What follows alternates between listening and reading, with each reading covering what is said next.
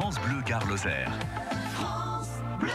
8h10 sur France Bleu Gare Lozère, Val-de-Gour et Pissevin, Nîmes, dans le viseur du groupement local de traitement de la délinquance. Éric Morel, le procureur de la République de Nîmes, est votre invité, Jérôme Plédy. Bonjour monsieur le procureur. Bonjour. Val-de-Gour, Pissevin, la situation est si inquiétante que cela dans ces deux quartiers nîmois?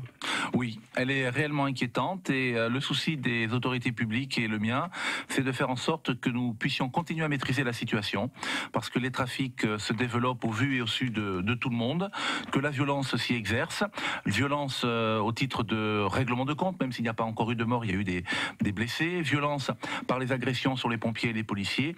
Il est grand temps que police et justice, avec la municipalité, puissent rétablir la situation. Tir à la Kalachnikov, des guet-apens entendus au bus nîmois, c'est lié véritablement au trafic, tout ce qui se passe dans ces quartiers en ce moment? Alors, les embuscades contre les voitures de police et les pompiers, peut-être pas, quoique on sait que dans d'autres lieux, parfois ces embuscades ont pour but de détourner les forces de police de l'arrivée de convois de stupéfiants. Donc il peut y avoir un lien, mais il est clair que l'extrême violence et surtout l'ampleur des trafics justifient notre réaction. Ce ne sont pas tout de même les seuls quartiers nîmois. La grogne monte aussi dans le centre-ville. Je pense notamment au quartier de la Placette, au quartier nord Gambetta. Vous y regardez aussi ce qui s'y passe, rassurez-nous. On travaille sur l'ensemble du territoire du Gard avec le procureur d'Alès qui a aussi des difficultés. On travaille sur l'ensemble de la ville de Nîmes, que ce soit chemin bas d'Avignon, que ce soit le boulevard Gambetta. Mais sur Pissevin Val-de-Gour, il y a une réalité particulière avec des trafiquants qui se sont installés, qui cherchent à tenir le territoire. Je ne reviens pas sur tous les incidents de la galerie Wagner que tout le monde connaît. Il n'est pas question qu'on ait un phénomène analogue à ce qui peut se passer dans d'autres villes du sud de la France. Vous visez notamment, monsieur le procureur, les biens que génèrent ces trafics. Ils sont particulièrement importants selon vous? Oui, il y a de véritables acquis financiers et patrimoniaux.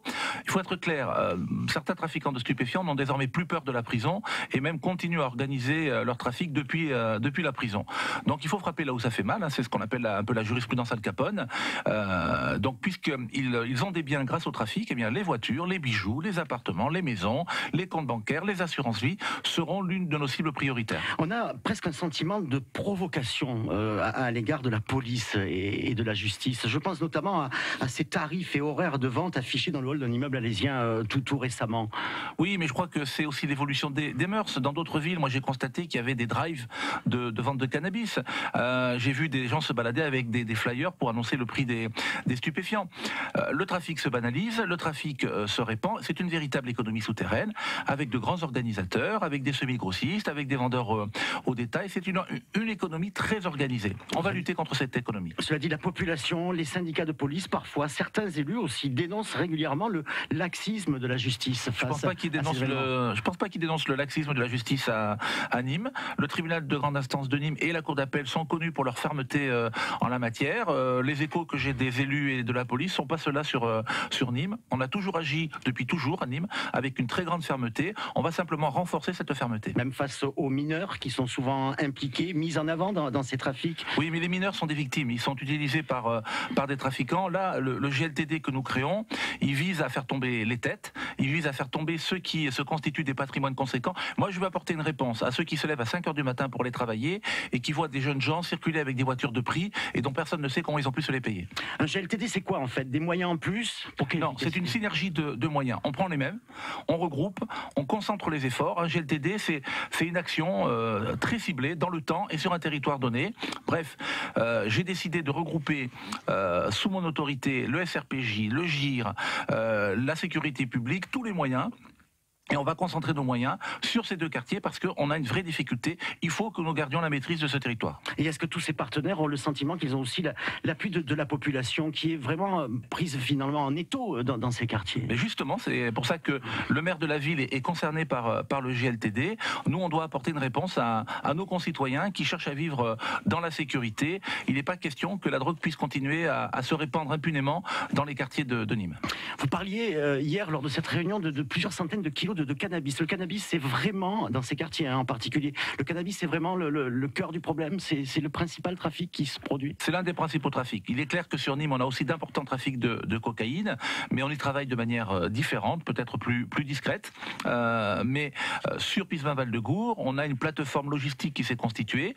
La drogue arrive de manière massive. Elle est même redistribuée vers d'autres villes de la région.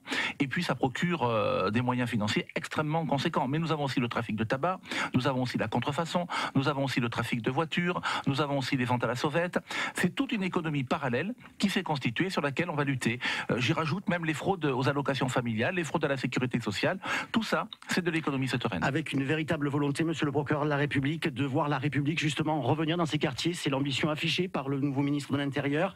Est-ce que du côté de la justice, c'est aussi quelque chose qui est important? La République n'a jamais quitté ces quartiers. Moi, le message que j'adresse aux habitants de ces quartiers, c'est que la loi de la République s'est toujours appliquée dans ces quartiers. Certains, minoritaires, cherchent à faire croire que non. Eh bien, on va leur montrer le contraire. Un dernier mot, monsieur le procureur, sur le mouvement des Gilets jaunes. Il approche, c'est samedi.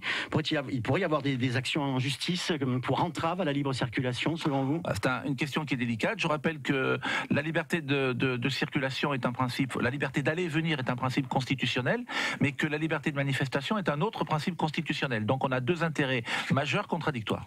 Merci Éric Morel, procureur de la République, d'être venu ici ce matin dans le studio de France Bleu Gare Lozère. Bonne journée.